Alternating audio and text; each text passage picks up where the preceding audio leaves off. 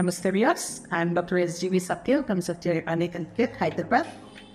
ఈరోజు మేము ముందరికి ఇంకొక కేసుతో మేము వారికోజ్ అల్సర్ కేసు ప్రజెంట్ చేస్తున్నాము.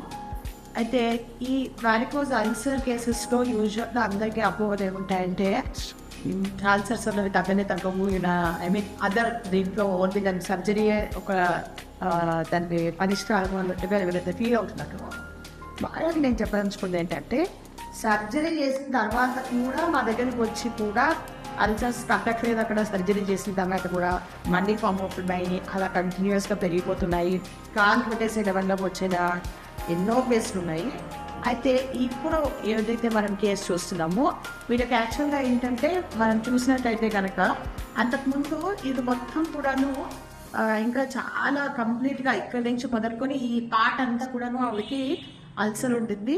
యాక్చువల్గా ఈ కేసు ఆల్రెడీ అంతకుముందు అల్సర్ మేము తగ్గించి పంపించిన కేసు. వాళ్ళు తగ్గిపోయింది కదా అని చెప్పి పూర్తి ట్రీట్మెంట్ కాకుండానే మెడిసిన్స్ ఆపేసినట్టు వల్ల మళ్ళీ ఫిట్ అయినారు. ఎవరైతే అలా కాకుండా రెగ్యులర్గా మా దగ్గరికి మంత్లీ వన్స్ వాళ్ళు థెరపిస్ట్ చేయించుకొని ఇంటర్నల్ మెడిసిన్స్ వాడి కంప్లీట్గా తగ్గించుకుంటారు, మరి పైన రిపీట్ కాదు. సో ఇలా వారికోజ్ అల్సర్స్ ఎవరైతే ఉన్నారో వాళ్ళందరూ కూడాను దయచేసి ఇంట్లో గోయింగ్ ఫర్ ఆపరేషన్స్ చక్కగా వాళ్ళు ఈ ట్రీట్మెంట్ చేయించుకోండి. దాని మెడిసిన్ పూర్తిగా తగ్గుతుందని. Thank you so much.